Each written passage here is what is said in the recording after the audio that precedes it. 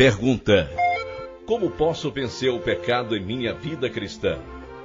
A Bíblia fala sobre os seguintes recursos dos quais dispomos para vencermos nossa natureza pecaminosa. Primeiro, o Espírito Santo. Um dom de Deus a nós, sua igreja, para sermos vitoriosos em nosso viver cristão, é o Espírito Santo.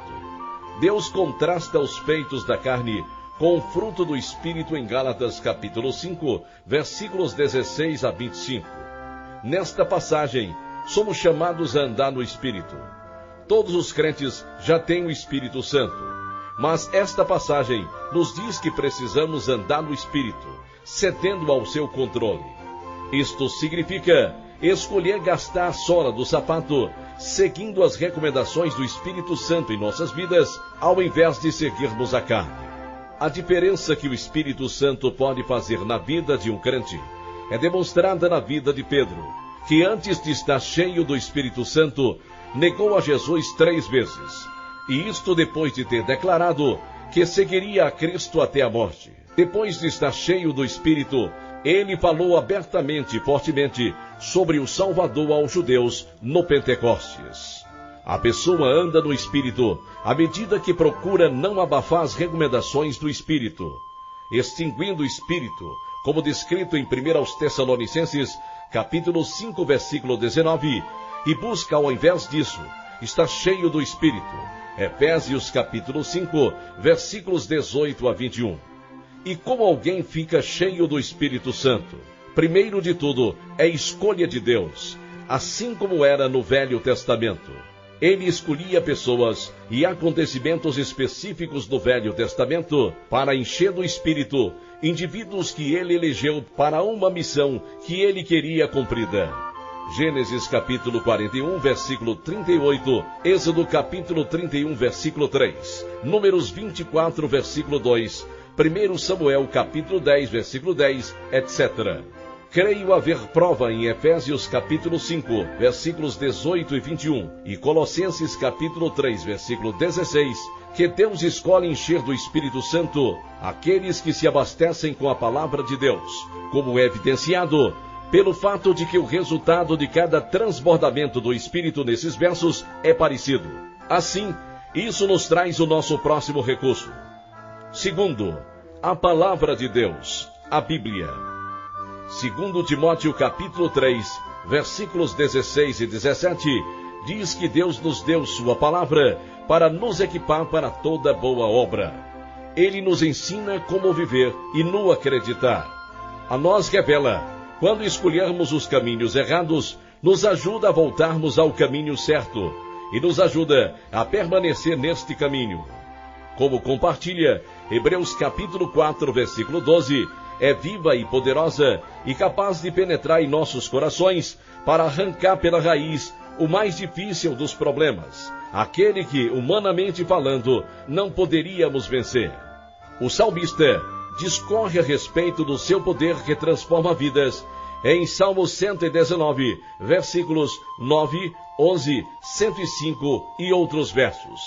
A Josué foi dito que o segredo do seu sucesso para vencer seus inimigos, uma analogia à nossa batalha espiritual, era não esquecer desse recurso, mas ao invés, meditar nele de dia e de noite, para que ele pudesse obedecer. Isto ele fez, mesmo quando o que Deus ordenou não foi sentido em termos de estratégia militar. E isto foi o segredo de sua vida em sua batalha pela terra prometida. Este, comumente, é um recurso que tratamos de maneira trivial. Damos prova disso ao levarmos nossas Bíblias para a igreja, ou ao lermos um devocional diário ou um capítulo ao dia, mas falhamos em memorizá-la ou meditar nela, procurando aplicações em nossas vidas, confessando pecados que ela nos revela, louvando a Deus pelos dons que revela que Ele nos tem dado. Frequentemente, nos tornamos ou anoréxicos ou bulímicos quando se trata da Bíblia. Nos alimentamos com o suficiente para mantermos vivos espiritualmente ao comermos da palavra somente quando vamos à igreja, mas nunca ingerindo o suficiente para sermos cristãos saudáveis e prósperos, ou nos alimentamos frequentemente, mas nunca meditando nela tempo suficiente para conseguir dela nutrição espiritual. Se você não adquirir o hábito de estudar a palavra de Deus diariamente de uma forma significativa e de memorizá-la, ao encontrar passagens que o Espírito Santo marca em seu coração, é importante que você comece a habituar-se a fazê-lo.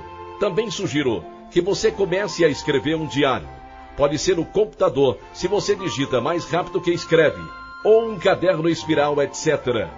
Crie o hábito de não parar de ler a palavra de Deus até que tenha escrito algo que o beneficiou. Eu também sempre registro orações a Deus, pedindo a Ele que me ajude a mudar nas áreas que Ele me revelou. A Bíblia é a ferramenta que o Espírito Santo usa em nossas vidas e na vida de outros. Efésios capítulo 6, versículo 17. Uma parte essencial e importante da armadura que Deus nos dá para lutarmos em nossas batalhas espirituais. Efésios capítulo 6, versículos 12 a 18. Terceiro, oração. Este é um outro recurso essencial que Deus nos deu. Temos encontros de oração, momentos de oração, etc. Mas a ela não damos o uso que a igreja primitiva exemplifica. Atos capítulo 3, versículo 1, Atos capítulo 4, versículo 31, Atos capítulo 6, versículo 4, Atos capítulo 13, versículos 1 a 3, etc. Paulo, repetidas vezes, menciona como ele orava por aqueles a quem ministrava. Quando estamos sós, nós também não usamos este grande recurso que a nós está disponível. Mas Deus nos deu promessas maravilhosas a respeito da oração. Mateus capítulo 7, versículos de 7 a 11, Lucas capítulo 18, de 1 a 8, João capítulo 6, versículos 23 a 27, 1 João capítulo 5, versículos 14 e 15, etc. E novamente, Paulo inclui aqui sua passagem a respeito da preparação para a batalha espiritual. Efésios capítulo 6, versículo 18. O quão é importante isso? Examinando novamente o caso de Pedro, vemos as palavras de Cristo a ele no jardim do Getsemane antes que o negasse. Ali, enquanto Jesus estava orando, Pedro está dormindo. Jesus o desperta e diz: vigiai e orai, para que não entreis em tentação. Na verdade, o espírito está pronto, mas a carne é fraca. Mateus capítulo 26, versículo 41.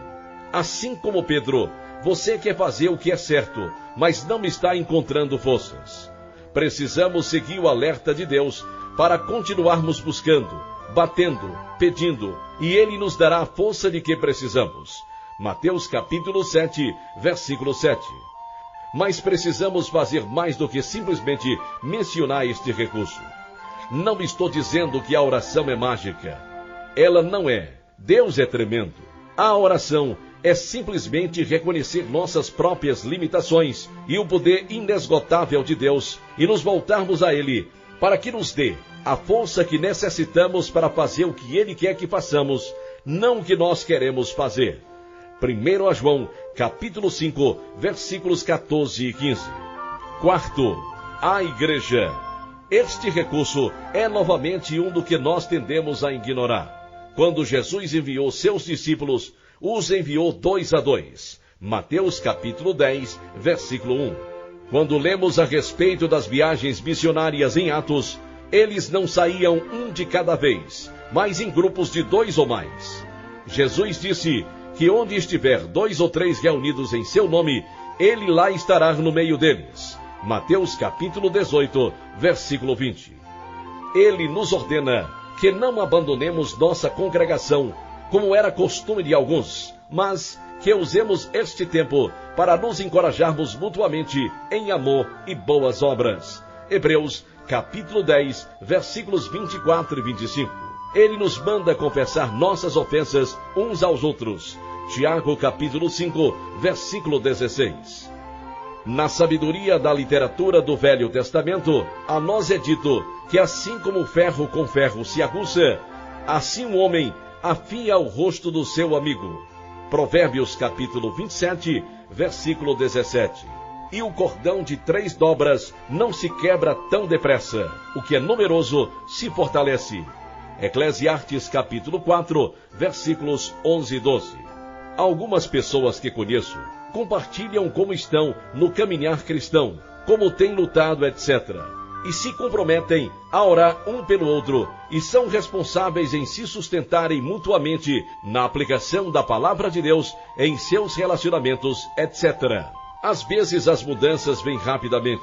Às vezes, em outras áreas, ela vem mais devagar. Mas Deus nos prometeu que conforme fizermos uso dos seus recursos, Ele trará mudança em nossa vida. Persevere no conhecimento de que Ele é fiel às suas promessas.